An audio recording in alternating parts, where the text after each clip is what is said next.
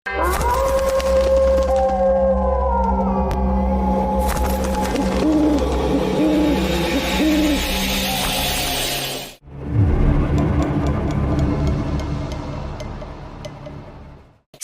causes cancer. Smoking kills.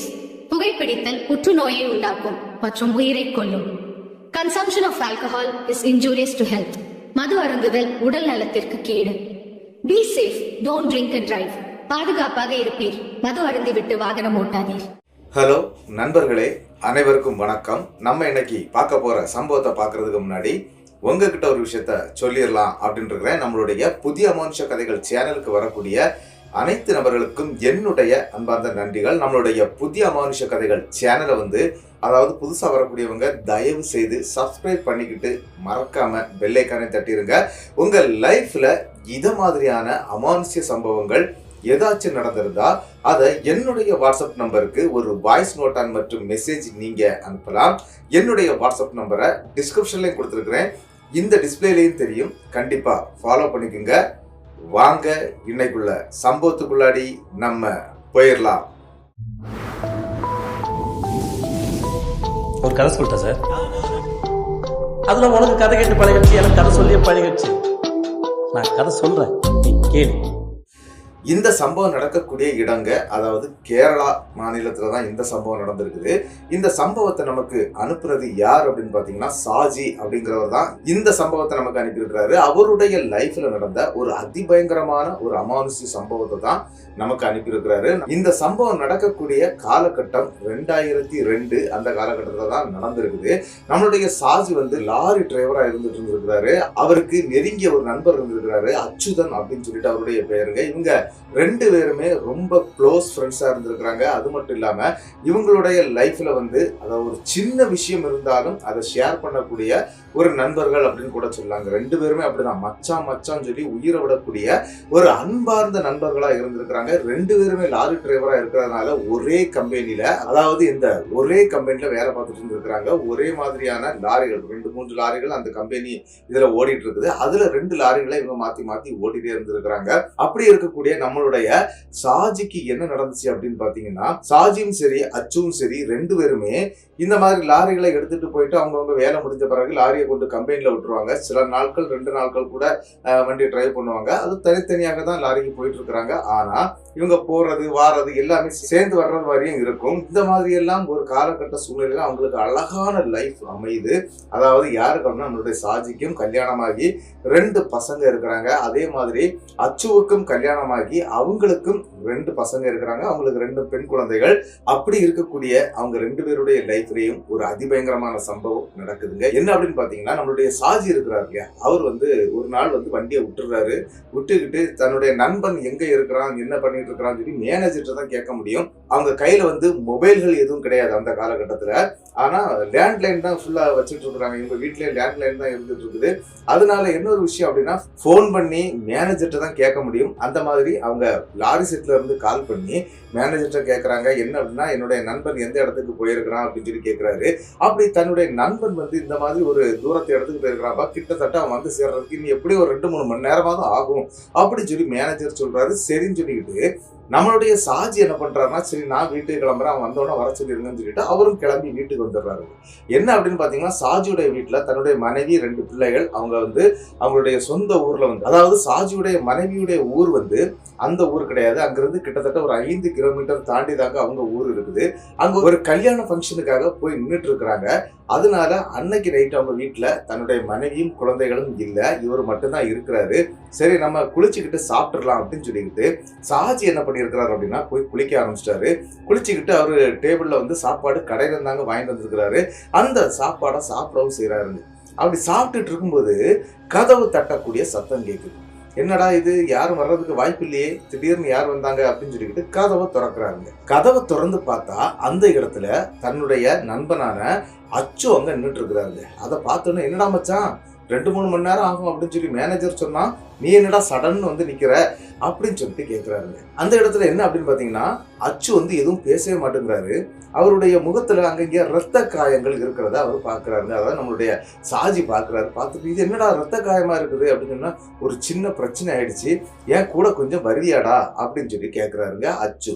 உடனே சரிடா நான் வர்றேன் அப்படின்னு சொல்லிட்டு வேக வேகமா சாப்பிட்ட சாப்பாடை கூட அப்படியே வச்சுக்கிட்டு கையை கழுகிட்டு வேக வேகமா வெளியே வர்றாருங்க. வந்து பைக்கை ஸ்டார்ட் பண்றாரு. பைக்கை ஸ்டார்ட் பண்றதுக்கு முன்னால இவர் அந்த வாசல்ல தாங்க அந்த அச்சு நின்றுட்டு இருக்கிறாரு. அவரை பார்த்துட்டு சரி வாடா வாடா அப்படின்னு சொல்லிட்டு வேக வேகமா பைக்கை ஸ்டார்ட் பண்றாரு. ஆனா அந்த பைக்கை ஸ்டார்ட் பண்ணிட்டு பார்க்கும்போது அந்த இடத்துல அச்சு இல்லைங்க. என்னடா இது, அச்சு இவ்வளவு நேரம் இங்க தானே நின்னா, இவன் எங்கடா போனா அப்படின்னு சொல்லிக்கிட்டு அங்கங்க திரும்பி பார்க்கறாரு. அந்த இடம் ஃபுல்லா தேடுறாரு. வீட்டுக்கு பின்னால போயிட்டானா, ஒண்ணுக்கு போயிட்டானா, அவருடைய வீட்டை சுத்தி தேடுறாரு. ஒருவேளை வீட்டுக்குள்ள வச்சு நம்ம பூட்டிட்டோமோ அப்படின்னு சொல்லி வீட்டையும் திறந்து பார்க்கறாரு. வீட்டுக்குள்ளே இல்லைங்க. வேக வேகமா வெளியே வர்றாருங்க நம்மளுடைய சாஜ். வெளியே வந்து பாக்குறாரு. வெளியவும் அந்த நபர் இல்லை. என்னடா இது, எங்கடா போனா அப்படின்னு சொல்லிக்கிட்டு இவர் அந்த வீட்டை சுற்றி சுற்றி வர்றத பக்கத்து வீட்டுக்காரங்க பார்த்துட்டு இருக்கிறாங்க. ஏன் அப்படின்னா கேரளா நாடு, அதாவது கோட்டயம் அப்படிங்கிற பகுதியில தான் இவங்க வாழ்ந்துட்டு வந்துட்டு இருக்கிறாங்க. இந்த கோட்டயம் கேரளா, அதாவது கேரளா மொத்தத்திலே மலை கிராமங்கள் மாதிரி தான் இருக்கும். அந்த மாதிரி இடத்துல வீடுகள் வந்து ஒரு சைடு வீடு போட்டிருப்பாங்க, ஒரு சைடு பெரிய மேடா இருக்கும்.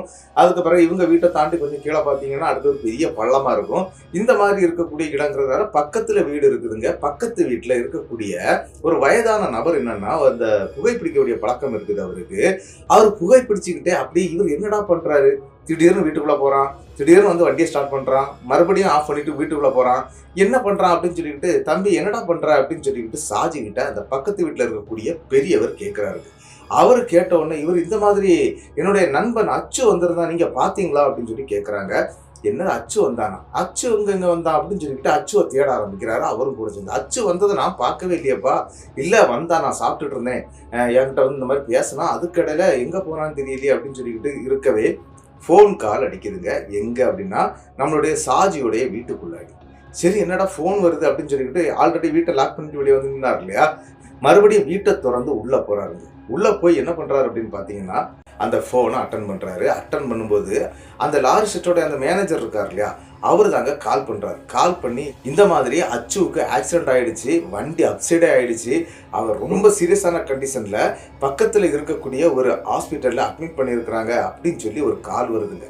அந்த ஹாஸ்பிட்டலுடைய பேரை தெரிஞ்சுக்கிட்டு வேக வேகமா நம்மளுடைய சாஜி பைக் எடுக்கிறாரு. என்ன அப்படின்னா அவருக்கு ஆக்சிடென்ட் ஆகிருக்கக்கூடிய இடம் வந்து கிட்டத்தட்ட ஒரு 20-25 கிலோமீட்டர் தாண்டி இருக்கக்கூடிய இடம்னு சொல்லப்படுது. அப்படிப்பட்ட இடத்துல ஆக்சிடென்ட் ஆயிருக்குது. சரின்னு சொல்லிக்கிட்டு வண்டி எடுத்துட்டு வேகமா கிளம்பிடுறாரு. இவருக்கு எதுவுமே யோசனை ஓடுற, இங்க வந்தது யாரு, அதாவது அவனுக்கு அங்க ஆக்சிடென்ட் ஆயிருச்சு அப்படின்னு நமக்கு தகவல் சொல்றாங்க. ஆனா இங்க வந்தது யாருங்கிற கேள்வியோடவே வண்டியை ஓட்ட ஆரம்பிக்கிறாருங்க. வேக வேகமா அந்த ஹாஸ்பிட்டல் போறாரு. அங்க போகும்போது அவரை ஐசியூ வார்டில் சேர்த்துருக்குறாங்க அச்சுவை. அச்சு வந்து ரொம்ப சீரியஸான கண்டிஷன்ல இருக்கிறாருன்னு சொல்லி அவருக்கு பிளட் கொடுக்கறது வாங்குறதுன்னு சொல்லி அங்கே பயங்கர ஒரு பிரளயமே நடந்துகிட்டு இருக்குங்க. அவங்க குடும்பத்தை சேர்ந்தவங்களும் அங்கே வந்து சேர்ந்துடுறாங்க. என்ன நடக்குது ஏது நடக்குதுன்னு சொல்லி முடிக்க கூட நேரம் இல்லைன்னு சொல்லலாம். அந்த டைம்ல ஒரு சம்பவம் ஆகுது. என்ன அப்படின்னா கிட்டத்தட்ட மணி 2-2:30 நெருங்குது. அந்த டைம்ல அச்சு இறந்து போயிடுறாருங்க. அச்சு இறந்துடுறாரு. அதன் பிறகு இவருக்கு இந்த விஷயத்த, இவருக்கு வீட்டுக்கு வந்து இந்த மாதிரி வந்து பேசின விஷயத்த வந்து எப்படி அந்த குடும்பத்துக்கிட்ட சொல்ல முடியாது, யாரும் நம்ப போறது இல்லை அப்படிங்கிறது அவருக்கு தெரியும். அதனால அந்த இடத்துல இதை பத்தி அவர் எதுவுமே பேசல. சரி நம்ம 2வது இதை பத்தி பேசிக்கலாம், இதை வந்து பெருசாக்காண்டாம் அப்படின்னு சொல்லி விட்டுறாருங்க நம்மளுடைய சாஜி. ஆனா என்ன நடக்குது அப்படின்னு பாத்தீங்கன்னா கிட்டத்தட்ட மறுநாள் வந்து அவருடைய இறுதிச் சடங்கெல்லாம் முடிக்கப்பட்டு அவருக்கு வந்து அந்த 3வது நாள் காரியமும் நடத்தி முடிக்கிறாங்க. அதாவது கிட்டத்தட்ட 2 நாட்கள் ஓடி போயிருதுங்க. 3வது நாள் காரியத்தையும் முடிச்சிடுறாங்க. அன்னைக்கு நைட் அவரால் பொறுக்க முடியல. அதாவது அவ்வளவு நாள் பொறுத்துட்டு இருந்தவர் அவ்வளவு நேரத்துக்கு அவரால் பொறுக்க முடியல. நல்ல சரக்கு அடிக்கக்கூடியவர் தான் நம்மளுடைய சாஜி. ஒருக்க சரக்கை போட்டுக்கிட்டு வந்து வீட்டுல வந்து படுக்கிறாருங்க.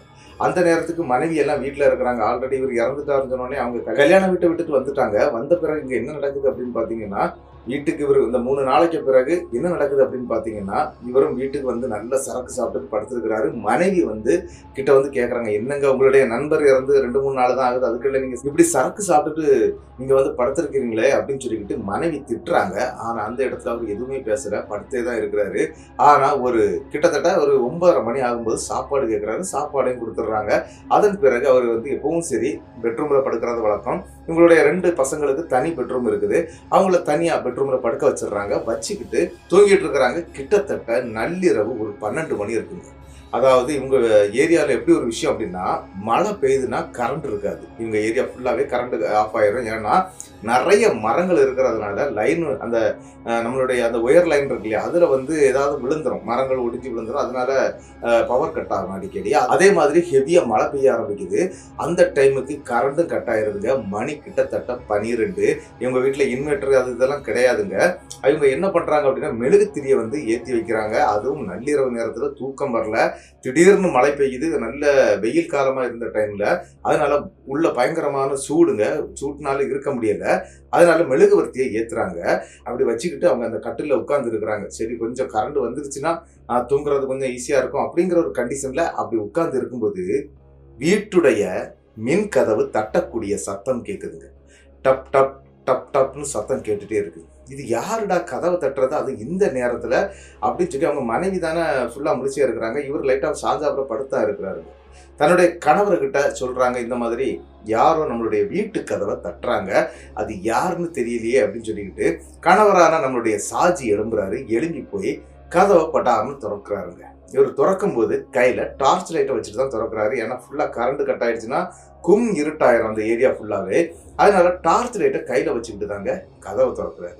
கதவை திறந்து பார்க்கும்போது இவருடைய வீட்டுக்கு முன்னால கொஞ்சம் தூரத்துல ஒரு நபர் நின்றுட்டு இருக்கிறது நன்றாக தெரியுதுங்க. அந்த நபர் வந்து மழையில நனைஞ்சுக்கிட்டு நிற்கிறாரு. யார் அது அப்படின்னு சொல்லிக்கிட்டு டார்ச் லைட்டை அடிச்சு அந்த நபருடைய பேஸ் கட்டை பார்க்குறாரு. ஆனால் பேஸ் கட்டு ஒன்றும் தெரிய மாட்டேங்குது.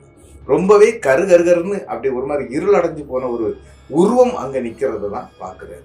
யாருடா இது அப்படின்னு சொல்லிட்டு, டே யாருடா நீ அப்படின்னு சொல்லிட்டு கத்துறாருங்க. அந்த நேரத்துக்கு இந்த சத்தம் கேட்ட மனைவி வீட்டுக்குள்ள இருந்து வெளியே வர்றாங்க. என்னங்க யாருங்க அப்படின்னு சொல்லிக்கிட்டு அவங்க பின்னாலே மெழுகுத்திரியோட வர்றாங்க. அவங்கள திரும்பி பார்த்தா அடுத்த செகண்டு இங்க பாக்குறாரு. அதே டார்ச் அடிச்சு யாரோ நிக்கிறாங்கடி அப்படின்னு சொல்லிட்டு பார்க்கும்போது அங்க யாருமே இல்லைங்க. டேய், ஒரு ஆள் நின்னதை நான் பார்த்தேன்டி, ஆனா அந்த ஆள் அங்கதான் நின்னாங்க. நம்ம வீட்டுல ஹார்னிங் பெல் ஆல்ரெடி இருக்குது. நம்ம வீட்டுக்கு யார் வந்தாலும் ஹார்னிங் பெல் தான் கூடுதல் அதை யூஸ் பண்ணுவாங்க. கதவை தட்ட மாட்டாங்க. ஆனா இன்னைக்கு கதவு தட்டப்பட்டது. அந்த ஆள் ரொம்ப தூரத்துல நின்றுட்டு இருந்தாரு. அந்த ஆள் யார் அப்படின்னு தெரியவே இல்லையே அப்படிங்கிறது மாதிரி பேசிட்டே இருக்கிறாரு. சரி, கொஞ்சம் வெளியே எங்கேயா போயிருப்பாரோ அப்படி இப்படின்னு சொல்லிட்டு அந்த சைட்லாம் சுற்றி வெளியெல்லாம் லைட் அடிச்சு பார்க்குறாங்க. அங்கே யாருமே இல்லைங்க. ஏதோ உங்க மனப்பிராந்தி மாதிரி இருக்குங்க, நீங்க கதவை பூட்டுங்க அப்படின்னு சொல்லி கதவை பூட்டிட்டு மறுபடியும் ரூமுக்குள்ள வந்து 2 பேரும் உட்கார்ந்துடுறாங்க. இந்நேரத்துக்கு பவர் வருதுங்க. அதாவது மழை கொஞ்சம் ஓஞ்சி அப்படியே பவர் வருது. பவர் வந்தோன்னா லைட் எல்லாத்தையும் ஆன் பண்ணிட்டு மறுபடியும் ஒருக்கா கூட போய் நம்மளுடைய சாஜி அந்த இடத்த ஃபுல்லா செக் பண்றாரு. அங்க அப்படி யாருமே இல்லைங்க. சரின்னு சொல்லி வந்து படுக்கிறாங்க. கிட்டத்தட்ட ஒரு 15 நிமிஷம் தாங்க ஆயிருக்காங்க படுத்து. அந்த 15 நிமிஷத்துல அடுத்த ஒரு சம்பவம் நடக்குதுங்க. என்ன அப்படின்னா, மறுபடியும் கதவை தட்டக்கூடிய சத்தங்க. டொக்கு டொக்கு டொக்கு டொக்குன்னு சத்தம் கேட்டுக்கிட்டே இருக்குது. இது என்னடா மறுபடியும் சத்தம் கேட்குதே அப்படின்னு சொல்லிக்கிட்டு நம்மளுடைய சாஜி மறுபடியும் எந்திக்கிறாருங்க. எந்திரிச்சவாறு அவர் என்ன பண்றாரு அப்படின்னா, இப்போ ஃபுல்லா லைட் எல்லாமே இருக்குது. லைட் எல்லாம் ஆன் பண்ணி விட்டுருக்கிறாரு. அந்த டோரை திறக்கிறாருங்க. திறந்து பார்க்கும்போது அந்த இடத்துல அதே இடத்துல அப்படியே ஒரு உருவம் நிக்குதுங்க. அந்த உருவம் நன்றாக மழையில நனைஞ்ச மாதிரி அப்படி நனைஞ்சு போய் நிக்குதுங்க.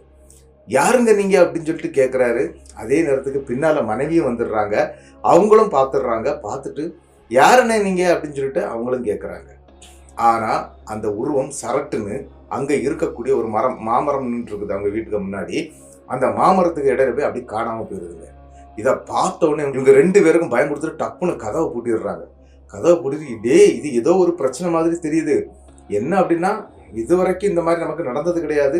இது வந்து விசித்திரமா இருக்குது, என்னன்னே தெரியல அப்படிங்கிறது மாதிரி எல்லாம் பேச ஆரம்பிச்சிடுறாங்க. 2 பேரும் கதவை லாக் பண்ணிட்டு வீட்டுக்குள்ள வந்து இருந்துடுறாங்க. கிட்டத்தட்ட ஒரு அரை மணி நேரத்துக்கு பிறகு அதே கதவு மறுபடியும் தட்டக்கூடிய சத்தம் கேட்குதுங்க. டக் டக்குன்னு சத்தம் கேட்குது. இனிமேல் கதவு திறக்கக்கூடாது அப்படிங்கிற ஒரு முடிவுக்கு நம்மளுடைய சாஜி மற்றும் அவங்க மனைவி வந்துடுறாங்க. அவங்க பெட்ரூம் கதவை திறக்கலைங்க. எதுவாக இருந்தாலும் காலையில் பார்த்துக்கலாம் அப்படின்னு சொல்லி விட்டுறாங்க. கிட்டத்தட்ட 3:30 மணி வரைக்கும், அதாவது கிட்டத்தட்ட இந்த தட்டக்கூடிய சத்தம் 3:30 மணி வரைக்கும் கேட்டிருக்குங்க. அந்த கதவை வந்து யாரோ தட்டக்கூடிய சத்தம். சரின்னு சொல்லிக்கிட்டு இவங்க அப்படியே விட்டுறாங்க. ஒரு 4 மணிக்கெலாம் தூங்கிடுறாங்க. கிட்டத்தட்ட காலையில் ஒரு 8:30 மணிக்கு மேலே தாங்க முழிச்சிருக்கிறாங்க. ஏன்னா உங்களுக்கு தூக்கம் சுத்தமாக இல்லை அப்படின்னு கூட சொல்லலாம். காலையில் முழிச்சு பார்க்கும்போது நல்ல மழை பெய்துக்கிட்டே இருக்குதுங்க. சரி, பக்கத்து வீட்டில் போய் இவங்க பேச ஆரம்பிக்கிறாங்க. நான் சொன்னேன் இல்லையா, ஒரு வயதான பெரியவர் வீட்டுக்கு வெளியே இருந்தாருன்னு. அந்த வீட்லேயும் ஒரு குடும்பம் வசிச்சுட்டு வர்றாங்க. அதில் இருக்கக்கூடிய பெண்மணி கிட்ட பேசுகிறாங்க. ஏன்னா அந்த வீட்டில் ஹஸ்பண்ட் வந்து வேலையை போயிருக்கிறாரு. அதாவது என்ன அப்படின்னு பார்த்தீங்கன்னா, ஹஸ்பண்ட் வந்து வெளிநாட்டில் வேலை பார்த்துட்டு இருக்கிறாரு. அவங்க மனைவி 2 பிள்ளைகள். அதன் பிறகு அவங்க அப்பா தான் அங்கே இருக்கிறாங்க. அவர் எப்பவுமே வீட்டுடைய வெளித்திண்ணையில தான் படுக்கக்கூடிய பழக்கம் அவங்க அப்பாவுக்கு. வீட்டுக்குள்ள தன்னுடைய பிள்ளையும் அவங்களுடைய பேர பிள்ளைகளும் இருப்பாங்க. அதனால அவர் வெளியே தான் படுப்பாரு. அவர்கிட்ட விஷயத்த கேட்குறாங்க. நேற்றுக்கு இந்த மாதிரி ஒன்று நடந்துட்டு இருந்து, நீங்க வெளியே தானே இருந்திருப்பீங்க, உங்களுக்கு தெரியும் இல்லை அப்படின்னு சொல்லி கேட்கும்போது, இல்லப்பா நான் பார்க்கல, நான் தூங்கிட்டேன் அப்படிங்கிற மாதிரி அவர் சொல்றாரு. இவருக்கு யாருக்கிட்ட இதை பத்தி சொல்றது, யாருக்கிட்ட இதை பத்தி பேசுறது அப்படிங்கிறதே தெரியல. தன்னுடைய நண்பர்கள் வட்டாரத்துல சில பேருக்கிட்ட இவர் பேசவும் ஆரம்பிக்கிறாரு. எங்க வீட்டுல இந்த மாதிரி நடந்துகிட்டு இருக்குப்பா, நம்மளுடைய நண்பனான அச்சுதன் இறந்த பிறகுதான் இந்த சம்பவமே நடந்துகிட்டு இருக்குது அப்படிங்கிற மாதிரி அந்த இடத்துல சொல்றாரு. ஆனா அந்த நண்பர்கள் சொல்றாங்க, நீ ஒன்று பண்ணுப்பா, இந்த மாதிரி விஷயங்களுக்கு நம்ம காட்டுக்குள்ளாடி சங்கிலி கருப்பண்ண சாமின்னு ஒரு சாமி இருக்கிறாரு, அவரை போய் பாரு, பார்த்தா இதுக்கு விடை கிடைக்கும். ஆனா பௌர்ணமி மற்றும் அமாவாசை நாட்கள்ல மட்டும்தான் அந்த கோவில்ல வந்து விசேஷமா இருக்கும். மற்ற நாட்கள் வந்து பெரிய அளவு எதுவும் இருக்காது, விளக்கு கூட போட மாட்டாங்க, அப்படியே அணைஞ்சு போய் தான் இருக்கும். அது ஒரு காவுல இருக்குது அப்படிங்கிறாங்க. காவுன்னு சொன்னா ஒரு அடர்ந்த காட்டுக்குள்ளாடி இருக்குது, நீ போய் பாருப்பா, இங்க இருந்து 7 கிலோமீட்டர் தூரத்துல இருக்குது அப்படிங்கிறது மாதிரி கூட இருக்கக்கூடிய நண்பர்கள் இந்த சங்கிலி கருப்பண்ண சாமியை பத்தி சொல்லி விடுறாங்க. சரின்னு சொல்லிக்கிட்டு நம்மளுடைய சாஜியும் என்ன பண்றாரு அப்படின்னா அந்த கோவிலுக்கு போறாருங்க. கூடவே ஒரு நண்பரையும் கூட கூட்டிட்டு போறாரு. நேரா போறாங்க. போய் பார்க்கும்போது அந்த கோவில் வந்து, அதாவது ஒரு இடைப்பட்ட நாள்ல வந்திருக்கிறதுனால அந்த கோவில்ல எந்த விசேஷங்களும் இல்லை.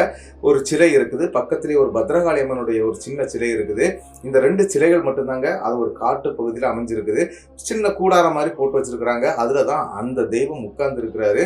அங்கேயும் இவங்க போறாங்க. போய் என்னெல்லாம் நடந்துச்சோ இதை எல்லாத்தையும் சொல்லி அந்த இடத்துல நம்மளுடைய சாஜி வழிபட ஆரம்பிக்கிறாரு.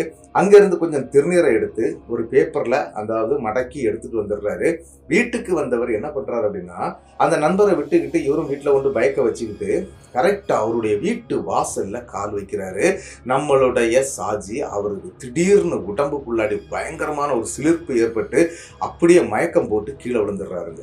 அவர் கீழே விழுந்த அடுத்த செகண்ட் என்ன நடக்குதுன்னா, மனைவி பார்த்துட்டு இருந்தாங்க இல்லையா, அவங்க ஓடி வந்து கேட்கறாங்க. தூக்கி மடியில போட்டு என்னங்கன்னு சொல்லிட்டு கத்திட்டே இருக்கிறாங்க. பக்கத்து வீட்டுல இருக்கக்கூடியவங்க எல்லாம் வந்துடுறாங்க. தண்ணீர் தெளிக்கப்பட்டு அதன் பிறகுதாங்க சாஜி முழிக்கிறாரு. முழிச்சவர் என்ன சொல்றாரு அப்படின்னா, இந்த மாதிரி ஒரு சிலிர்ப்பு ஏற்பட்டு எனக்கு உடனே மயக்கம் மாதிரி வந்துச்சு, நான் விழுந்துட்டேன் அப்படின்னு சொல்றாரு. அப்படி விழுந்தவர் என்ன பண்ணிட்டாரு அப்படின்னா, கையில இருந்தது பாத்தீங்களா திருநீர் போட்டலாம், அதை தூக்கி அப்படியே வீட்டுக்குள்ளாடி வீசிட்டு தாங்க விழுந்திருக்கிறாரு. அதன் பிறகு இவர் வீட்டுக்குள்ள வர்றாரு. எந்த பிரச்சனையும் இல்லை. அந்த திருநீர் பாக்கெட்டை எடுத்து மறுபடியும் அங்க இருக்கக்கூடிய மேசைக்கு மேல அப்படி வைக்கிறாரு. வச்சுக்கிட்டு இவர் கொஞ்ச நேரம் அப்படியே அந்த சோஃபா செட்ல உட்கார்ந்து இருக்கிறாரு. அதாவது டைம் போயிட்டே இருக்குது, டிவி ஓடிட்டே இருக்குது, டிவியில ஏதோ பார்த்துட்டு இருக்கிறாங்க. அந்த நேரத்துல எனக்கு ரொம்ப பசிக்குது, எனக்கு சாப்பாடு கொடு அப்படின்னு சொல்லி கேட்கிறாருங்க மனைவி கிட்ட.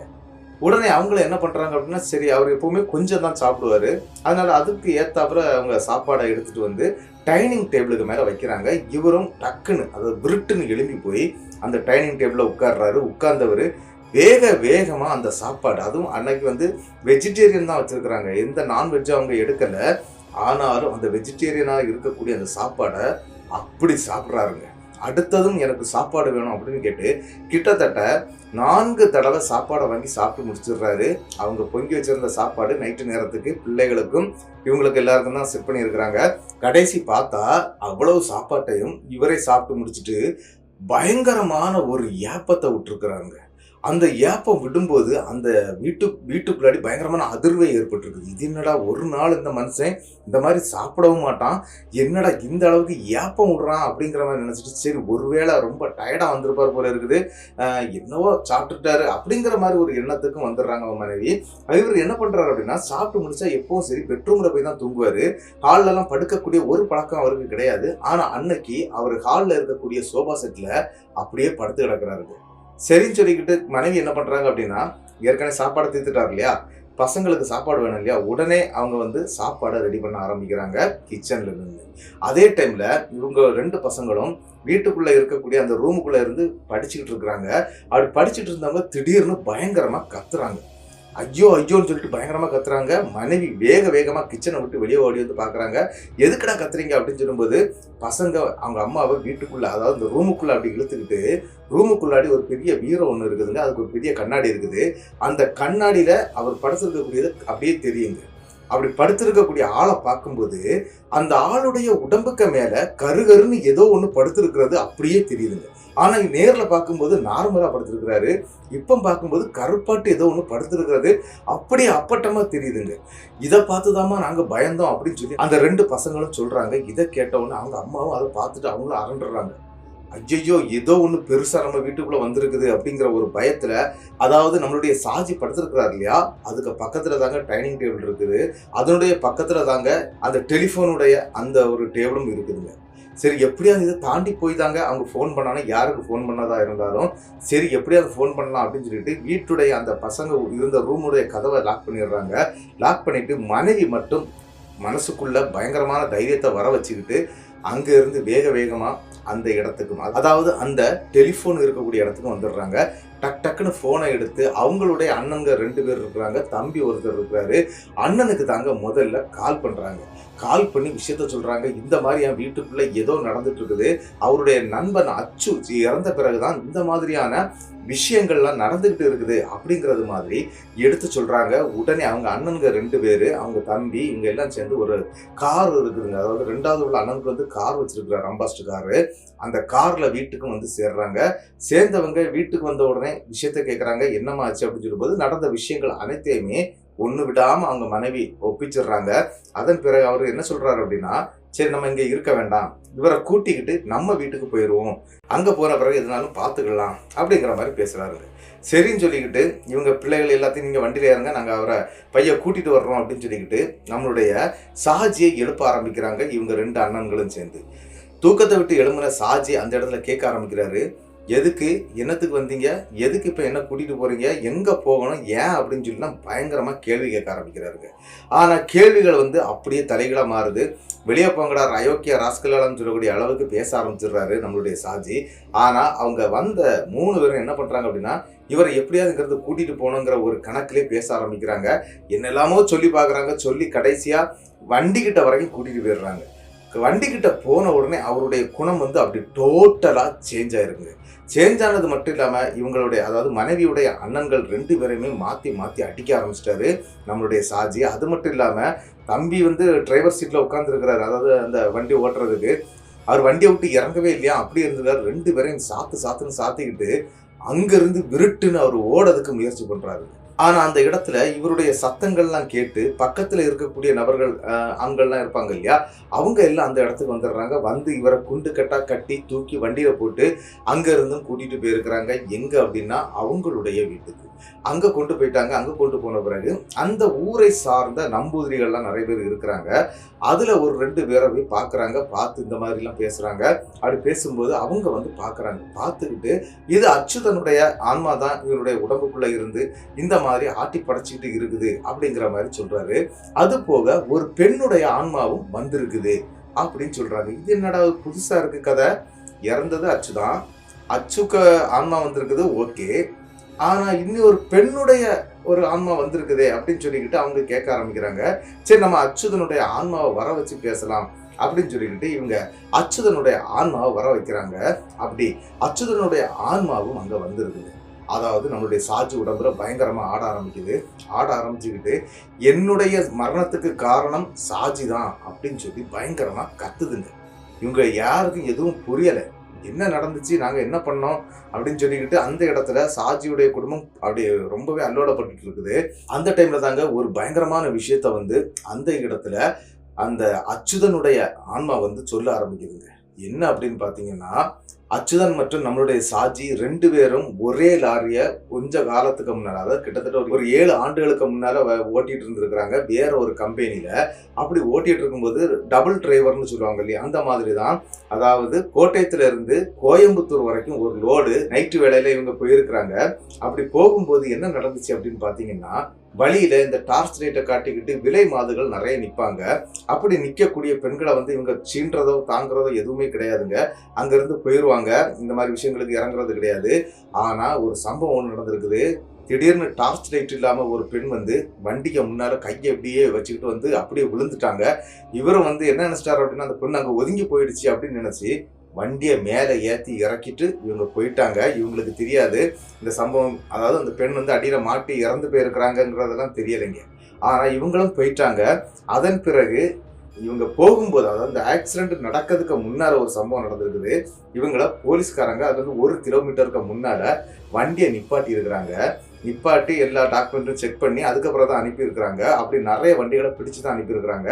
இந்த சம்பவம் கிட்டத்தட்ட ஒரு 1.5-2 கிலோமீட்டர்ல வந்து இந்த பெண் வந்து இந்த மாதிரி விழுந்து ஏறி இறங்குனது இந்த லாரியா தான் இருக்கும்னு சொல்லி போலீஸ்காரங்க கரெக்டா கண்டுபிடிச்சிட்டாங்க.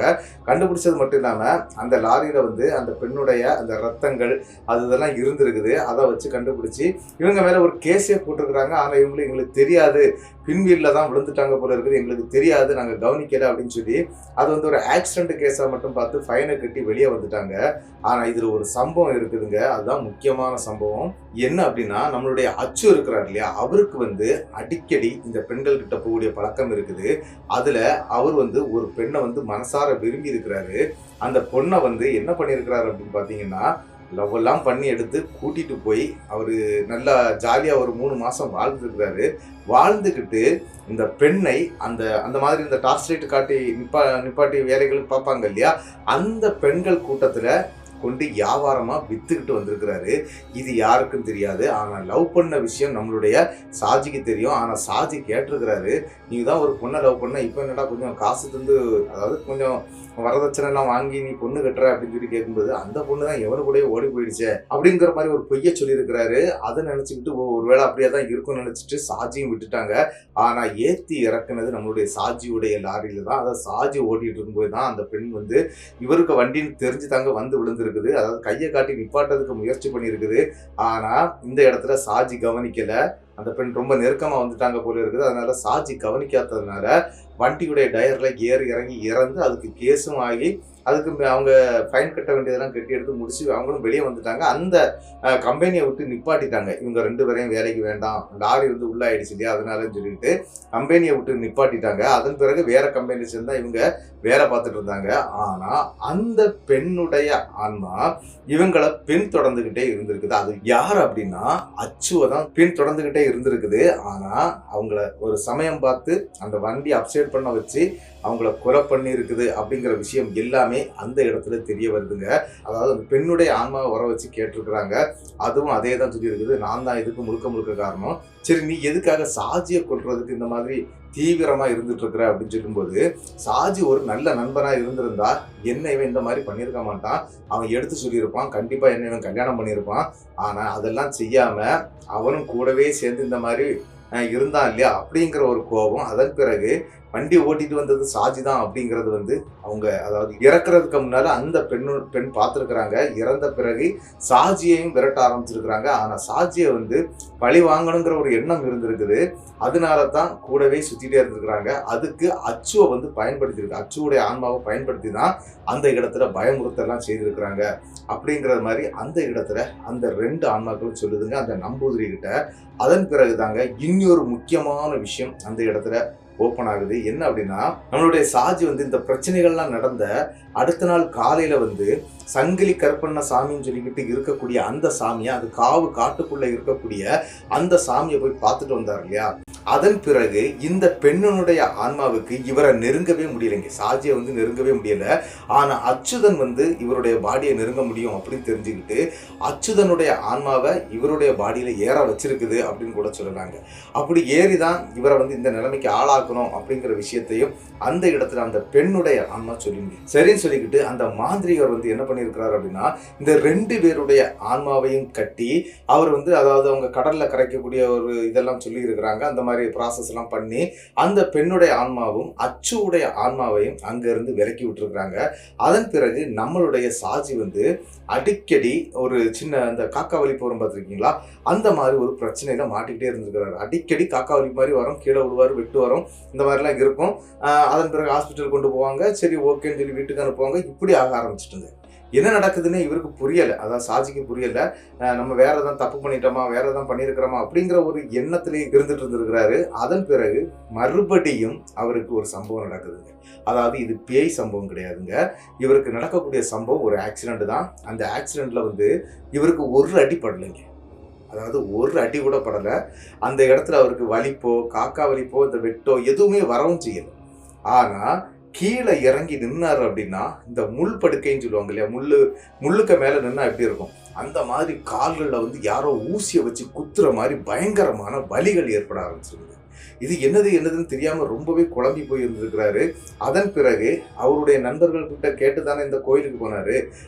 இந்த விஷயத்தையும் அந்த நண்பர்கள்கிட்ட சொல்ல ஆரம்பிச்சிருக்கிறாரு. என்னால காலை கீழே ஊன முடியல, பயங்கரமா சுடுசுடுன்னு குத்துது, அது மட்டும் இல்லாம நான் பல ஹாஸ்பிட்டல் போயிட்டேன், எதுவுமே கேட்க மாட்டேங்குது அப்படிங்கிற விஷயத்த சொல்லும்போது அங்க இருக்கக்கூடிய நண்பர்கள் வந்து ஒரு விஷயத்த சொல்றாங்க. அதாவது இந்த கோயிலுக்கு போனாங்க இல்லையா, அதுல இருக்கக்கூடிய ஒரு நண்பரை வந்து இவர் கூட கூட்டிட்டு போனார் இல்லையா, அந்த நண்பர் சொல்றாரு, இந்த மாதிரி நீ அந்த காவு கோயிலுக்கு போனியே, அன்னைக்கு நிறைய வேண்டுதல்லாம் இவர் வச்சிருக்கிறாருங்க, அந்த மாதிரி வேண்டுனே எதையாவது நீ கொடுத்தியாப்பா, எதாவது செய்தியாப்பா அப்படின்னு சொல்லி கேட்டிருக்கிறாரு. இல்ல நான் இது வரைக்கும் அதை செய்யல அப்படின்னு சொல்லியிருக்கிறாருங்க. சரி நீ முதல்ல அந்த வேண்டுதல் அவ்வளோத்தையும் நிறைவேற்று அப்படின்னு சொன்னோன்னே இவர் கரெக்டா அந்த பௌர்ணமி மற்றும் அமாவாசை நாட்கள்ல தானே இந்த மாதிரி பூஜை கொடுப்பாங்க அப்படின்னு சொன்னீங்க இல்லையா, அந்த நாளை கணக்கு பண்ணி அந்த இடத்துக்கு பூஜை சாதனங்கள் எல்லாம் வாங்கிட்டு தன்னுடைய மனைவி பிள்ளைகள் எல்லாத்தையும் கூப்பிட்டுக்கிட்டு அந்த 7 கிலோமீட்டர் அந்த காட்டுக்குள்ள இருக்கக்கூடிய அந்த சங்கிலி கற்பர் சாமியை வந்து போய் பார்க்குறாரு. பார்த்து அன்னைக்கு அந்த பூஜையெல்லாம் நடத்துறாங்க. அன்னைக்கு தாங்க அந்த சங்கிலி கற்பர் சாமி ஆடவும் செய்கிறாருங்க. அங்கே வந்து இந்த பாலெல்லாம் வந்து இது பண்ணுவாங்களாம், அதாவது அபிஷேகமாக வைப்பாங்களா, அது கொதிக்க அப்படி பாலெல்லாம் வாங்கி அபிஷேகம் பண்ணக்கூடிய அந்த இடத்துல இவங்க நின்றுட்டு இருக்கும்போது அப்படியே அங்கே இருக்கக்கூடிய பூசாரிக்க உடம்புல தாங்க அந்த சங்கிலி கருப்பு சாமி வந்து ஆடி இருக்கிறாருங்க. அப்படியே ஆடி இவங்க முன்னாடி வந்திருக்குது. வந்த உடனே அந்த இடத்துல உன் உயிரை நான் தான் காப்பாற்றி விட்டேன், இல்லை நீ செத்துருப்ப அப்படின்னு சொல்லுதுங்க. இவருக்கு ஒன்றுமே புரியலை. ஆல்ரெடி நம்பூதிரியெல்லாம் வச்சு இவங்க எல்லாம் கிளியர் பண்ணாங்க, அதன் பிறகு எப்படி கருப்பசாமி இப்படி சொல்றாரு அப்படின்னு சொல்லிக்கிட்டு கேட்குறாருங்க. ஆமாங்க, என்ன அப்படின்னு பார்த்தீங்கன்னா அம்பாசிடர் கார்ல ஏறதுக்கு முடியாம அந்த இடத்துல நடந்து பயங்கரமா ரகளை பண்ணார் இல்லையா, அந்த நேரத்துல அந்த கூட்டத்துக்கு உள்ள, அதாவது 4-5 பேர் வந்த கூட்டத்துக்குள்ள முகம் தெரியாத ஒரு நபராட்டு நம்மளுடைய சங்கிலி கருப்பன் அங்க நின்று இருக்கிறாரு. அவருடைய அதாவது இந்த கொண்டை முடின்னு சொல்லுவாங்க, உச்சி கொண்டை முடியை பிடிச்சி உள்ள ஏற்றி இருக்கிறாரு. ஆனா இந்த விஷயம் வந்து அங்க இருக்கக்கூடியவங்களுக்கு யாருக்குமே தெரியல, ஏதோ அவங்க கூட்டிட்டு வந்த ஆட்கள் அப்படின்னு அங்க இருக்கக்கூடியவங்க நினைச்சிருக்கிறாங்க. அதே மாதிரி இன்னொரு விஷயம் என்ன அப்படின்னு பாத்தீங்கன்னா, இந்த ஊரை சேர்ந்த ஆளு போல இருக்குன்னு நினைச்சு இவங்க குடும்பத்துல இருக்கவங்களும் நினைச்சிருக்கிறாங்க. ஆனா அந்த இடத்துல இந்த நபரை வந்து யாரும் கவனிக்கிறீங்க. ஆனா கரெக்டா வந்து வண்டிக்குள்ள தூக்கி போட்டு வண்டி எடுங்கடா, கொண்டுட்டு போங்கடா அப்படிங்கிற மாதிரி ஒரு சவுண்டை கொடுத்து அனுப்புனது இந்த சங்கிலி கருப்பண்ண சாமி தாங்க. இதெல்லாம் அதன் பிறகு தாங்க இவருக்கு ஞாபகமே வந்திருக்குது. அதாவது நம்மளுடைய சாஜிக்கு கூட இருக்கக்கூடிய ஒரு நண்பர் இருந்திருக்கிறார் இல்லையா, அவரும் அன்னைக்கு அங்கே இருந்திருக்கிறாரு.